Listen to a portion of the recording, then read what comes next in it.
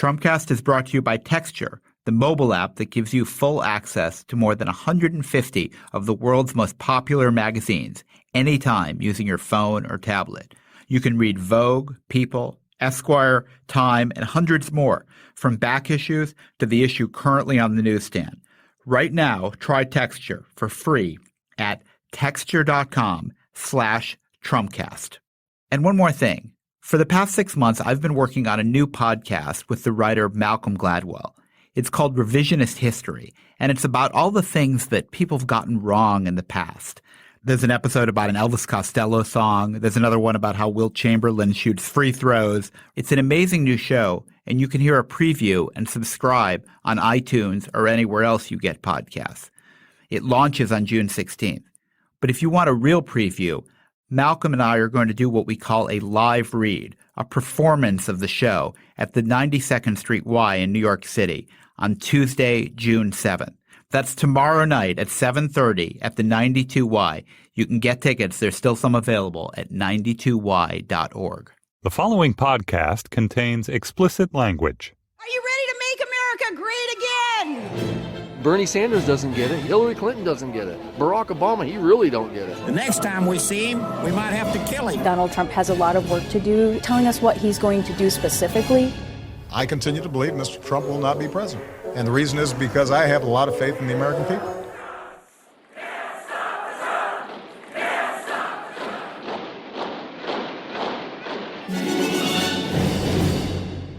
Welcome to Trumpcast, the show about the man so rich he plumb forgot to write a check for $1 million to the veterans, Donald Trump.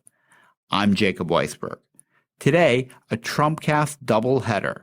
First, does the name Edward Ivari mean anything to you? Edward Ivari, a.k.a. Muhammad Ali Ivari?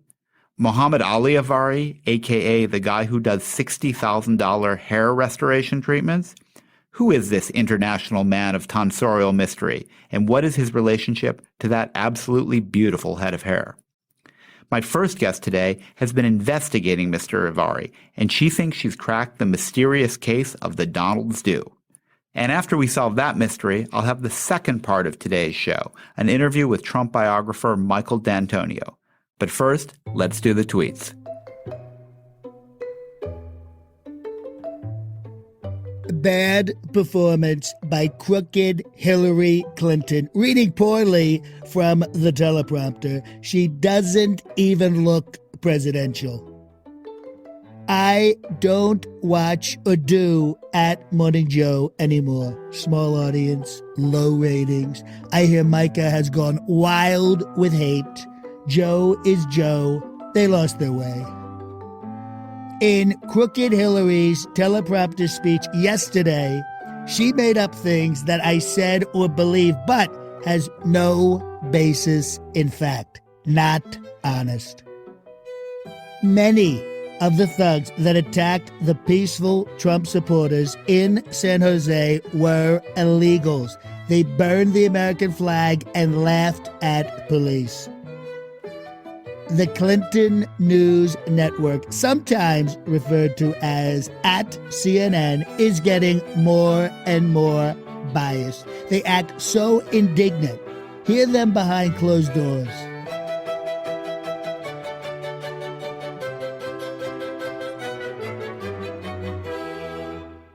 Today's episode of Trumpcast is brought to you by Texture. When it comes to magazines, you know what you like, and Texture can get you all the magazines you want in one super convenient place. The Texture app lets you tap into the world's most popular magazines anytime, anywhere, using your smartphone or tablet. You can breeze through hundreds of your favorite magazines, including back issues, and you can pick the articles that interest you the most. Texture makes it easy to find articles that you care about. So I don't just get to read New York Magazine and Bloomberg Businessweek and Successful Farming. Look, that's on there too. The Texture team recommends content for me every day. Plus, I can dive deeper in with personalized collections. Sign up for Texture right now and gain insider access to all the content from the world's best publications. And here's the best part. Texture is offering my listeners a free trial right now when you go to texture.com/Trumpcast. You'll gain immediate access to all of the top magazines, including back issues and bonus video content. Start binge reading right now for free when you go to texture.com/Trumpcast. That's texture.com/Trumpcast. My guest today is Ashley Feinberg of Gawker. Ashley, thanks for coming to the studio. Welcome to Trumpcast. Thanks for having me. So you wrote this amazing story about Donald Trump's hair, and I just want you to explain everything about it. First, why is it so shameful for men in particular to acknowledge doing something to their hair? I mean, with Ronald Reagan, everyone knew he dyed his hair. 70-year-old men don't have jet black hair, but he would never admit it. And I actually met this guy a few months ago who claimed his father was Reagan's barber and said he went to the grave without telling anybody anything. Incredible. Yeah, I mean, well, it shouldn't be shameful. That's the thing is, I think if Trump actually came out and just was fine with it and said, yes, I've gotten whatever process he's gotten, then people would sort of have like a big heyday about it, and then they would get over it pretty fast, just because if he owns it, then there's nothing really mysterious about it anymore. There's a way in which his hair is like external to him. Like it's this, Trump is a germaphobe and hates being touched, but he kind of lets people touch his hair, right? Like it's not, it's like a thing. In all the hours of video I watched of Trump discussing his hair and having people do what they will with it, he only lets them touch sort of the front part, and he always holds his hands over his hairline when he does it. So it's very odd that in the dozen or so times he's had people like come up on stage and be like, hey, like pull my hair, like look, it's real. It's always, he makes them do it in the exact same way. Okay, it's time to talk about this micro-cylinder treatment that you write about. And there's this dude, Edward Avari. Who is Edward Avari, and what is his micro-cylinder treatment? Well, Edward Avari is one of his names. He was born Mohammed Avari, and at some point he changed his name into Edward. Supposedly he has other aliases that were mentioned in a lawsuit that was against him. So he's an international man of mystery with several aliases. Something like that, yeah. Supposedly he's had a lot of different businesses over the years, but his hair business started in the late 80s. And supposedly he patented this, he called it a microcylinder treatment. It's actually really similar to like sort of a lot of things that exist right now, but he said his was the only of its kind, and it's exorbitantly expensive, and he has all these patents on it, and he started hammering that hard in advertisements. How much does it cost? Well, so the only knowledge we have of price is in the various lawsuits that have been filed against him. So in one of the lawsuits, it cost a woman's husband $40,000 and $3,000 every 6 to 8 weeks for treatments, for like upkeep treatments. Oh, there's maintenance, cleaning, shampooing. It's tightening the microcylinders is what they call it. So is this like hair plugs? This is like a hair transplant, right? No. So it's non-surgical. That's his whole thing, is that it's not invasive, non-surgical. What they do, according to the lawsuits and the patents that I've been able to gather, is they take what they call virgin hair, which I assume means like hair that's never been used in a hairpiece before. Hair, yes. Yeah, and they attach it to your actual hair using strings and wires and microcylinders is what they call it, which is just like tiny little metal tubes, but like super small supposedly. So they kind of create this web using your real hair and this fake hair and combine it all together to make it seem like your hair is fuller and longer and thicker.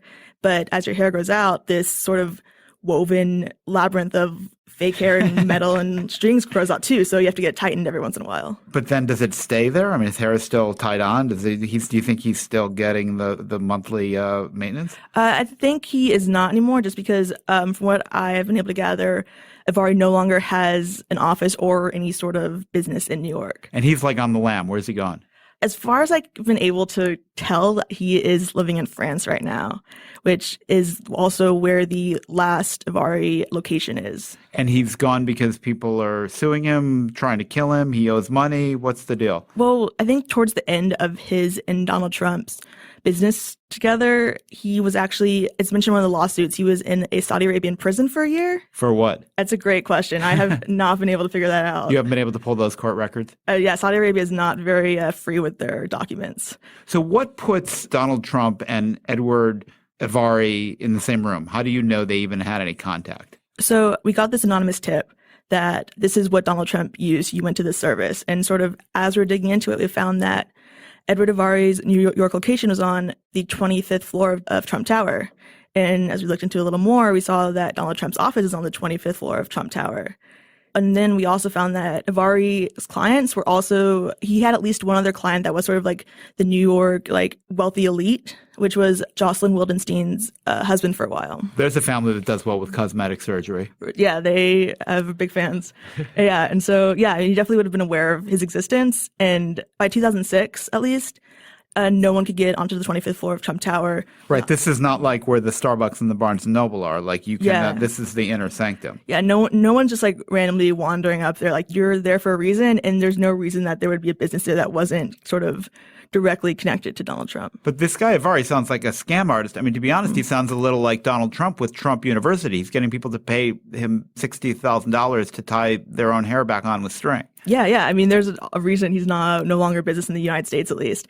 And the thing is, Donald Trump talks a big game. He's also highly influenced by equally confident people. And Edward Avari seems like an equally confident person. The other thing that was sort of amazing about your story, I mean, Avari is not just a shady character. He would get people in his hair chair and ask them for loans, like of a lot of money. And he's kind of like holding your scalp hostage, right? He starts weaving your hair. And if you won't lend him like hundreds of thousands of dollars, it's really hard to get your follow-up appointment.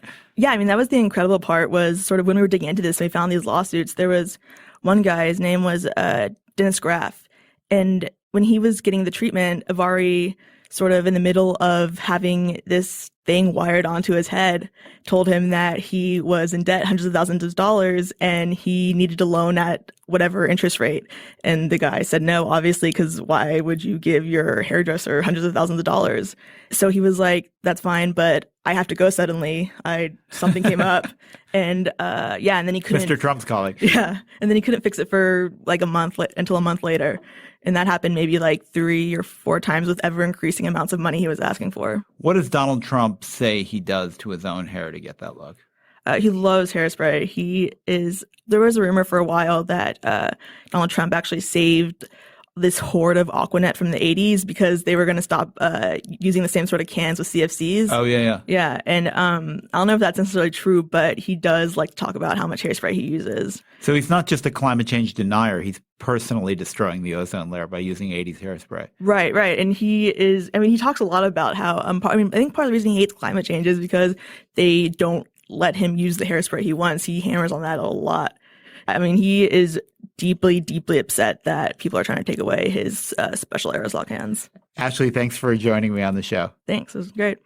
And now for my next guest, Trump biographer Michael D'Antonio. His new book is called The Truth About Trump, and it's just out in paperback. Michael, welcome to the show. Oh, thanks very much. I'm really happy to be with you. So, Michael, I'm sick to death of this guy after doing a podcast about him for a couple of months. How did you deal with spending a couple of years just absorbed in him and his story? I mean, it must have been just like revolting. It's hard work to write about someone you don't really admire. And it's a hard thing to grapple with when you're trying to be fair. And the book is pretty scrupulously fair because Donald benefits from our desire to be decent.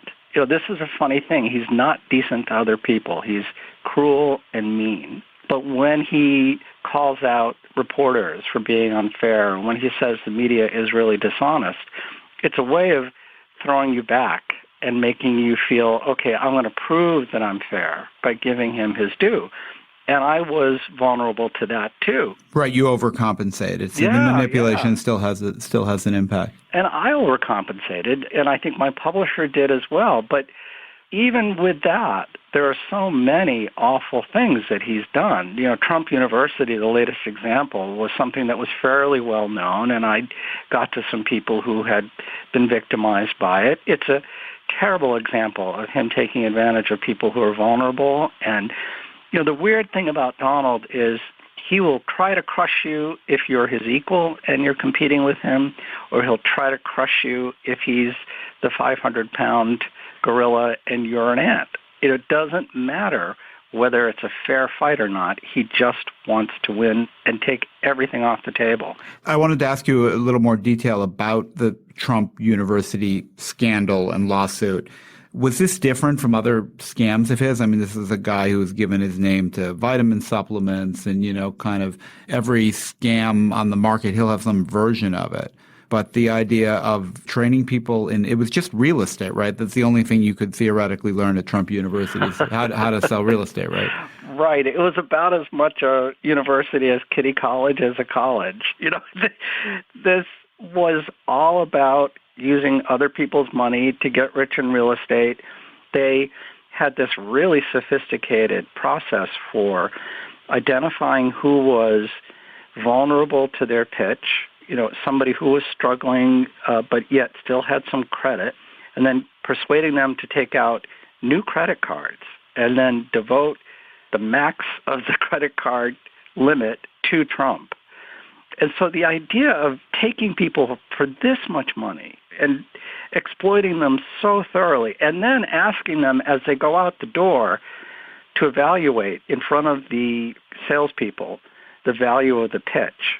And they're gazing down at you while you give them a score. And then Trump presents that as evidence that somehow this is a worthy thing. It's just so callous and so cruel that it goes far beyond, I think, anything he's ever done. It's a fascinating episode because Trump is sort of this apex predator in the real estate world who's offering to teach other people how to be predators, but in fact, they're his prey. Right. And so Trump says, come along, little fishies, and I'll teach you how to be sharks too. But he's the shark, and he's not going to be anything but the shark, and he's going to devour them in the end. And there's a shame that attaches to the people who are victimized. How many people want to go around and say, well, yeah, I was trying to find a way to get rich quick. That's how stupid I was, yeah. Right. I'm the stupid guy who got victimized by Donald Trump. And everybody would say, well, it's obvious you don't do that, so you keep your mouth shut. So there are a whole bunch of lawsuits coming out of this. There are civil suits, and then the New York Attorney General filed the suit. What's the state of the litigation around Trump University that had Trump attacking this judge in San Diego in the most vile terms? Well, the two big federal claims, which have been certified as class actions, and that's a dangerous thing for Donald because it means that the people are suing together and that the weight of the verdict against him could be much greater than if it were an individual. They were consolidated in San Diego. For a while, it looked like the trial was going to start about now. It's been delayed till November, but the discovery period is just about over. The depositions and affidavits that people filed are on the record, and the judge decided to start releasing it all. And this is why Donald just went ballistic over it. He's the victim of this guy who's a Mexican judge. He has to say Mexican when he was born in Indiana. And it's all very unfair. And he did this with Attorney General Schneiderman in New York State. He talked about how he was not only the victim of Schneiderman's unfair aggression against him, but that there was a plot that began with President Obama. Trump actually went on Fox News and said, well, they met the day before this all came out. So clearly there's a conspiracy against me. It's crazy stuff, but this is how he reacts to any attempt to bring him into accountability or oppose him in any way. Talk a little more about the specifics of the suit. How many victims are there in this class certified under the class action? What's Trump's potential liability? And, what could happen with this suit if he loses in November? I guess if he wins, it's likely to be delayed, right? Right. So there are thousands of people who could be in these classes. I don't think that the full class has yet to be certified. I know there were up to 10,000 people registered with Trump University. And in New York State, that claim involved 5,000 people. So we're talking about a substantial number. Trump's take from so-called tuition was $40 million. So is he going to have to give these poor saps their money back? And then some. It's quite likely that there would be damages attached to this, and it could be up to triple damages. So you go from someone investing $35,000 and then taking away more than $100,000 if the lawsuit succeeds. So then that would be the case of Trump University actually doing something good for you. You'd make a profit on your lawsuit. So the other thing you go into, Michael, that I have never quite wrapped my head around is this fiasco with the golf course he tried to build in Scotland. Can you just explain that story to people who may not have paid close attention to it while it was happening? Well, the thing that I think about that is that he's done his Houdini trick with real estate in America in so many different ways and been found out so many different times that he's run out of options for a lot of it. But he can take the circus overseas. And he went to Scotland and engaged with the politicians there, many of whom thought that they were really smart guys. Alex Salmond was then the First Minister of Scotland, and he was known as the tough guy, the kind of the Donald Trump figure of Scottish politics, and actually persuaded them to let him build a huge golf course development on a site of special scientific interest, it was called, an SSSI. So it was environmentally sensitive land, and people opposed it mainly for that reason? Oh, mainly for that reason, but also if you go to visit this spot, you can only play golf there maybe a third of the year because it's so cold and dark the rest of the year.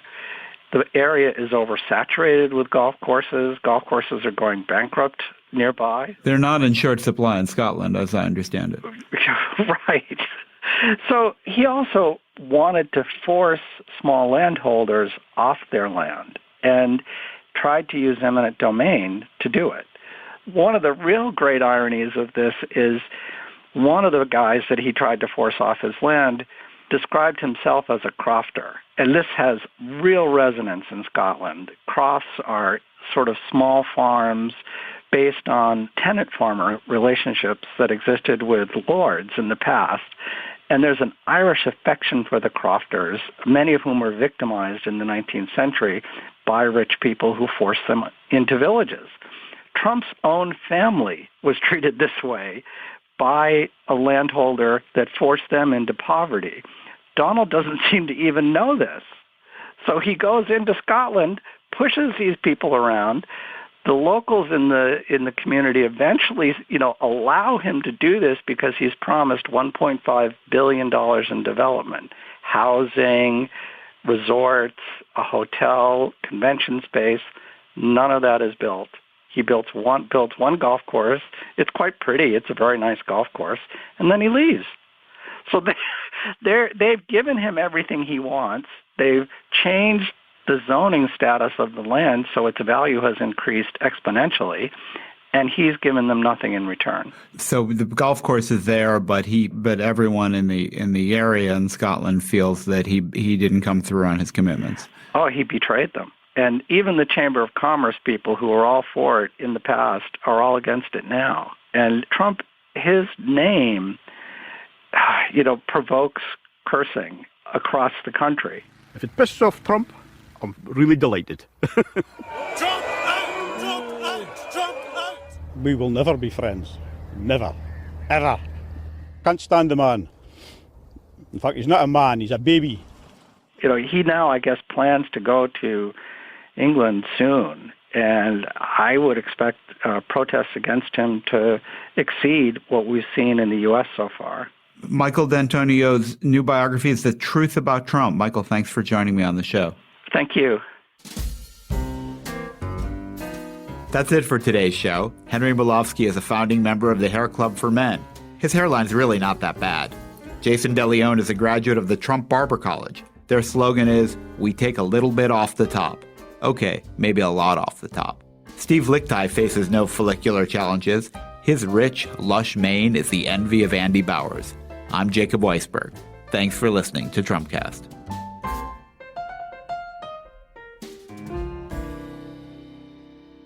After litigation is disposed of and the case is won, I have instructed my execs to open Trump U. So much interest in it. I will be president.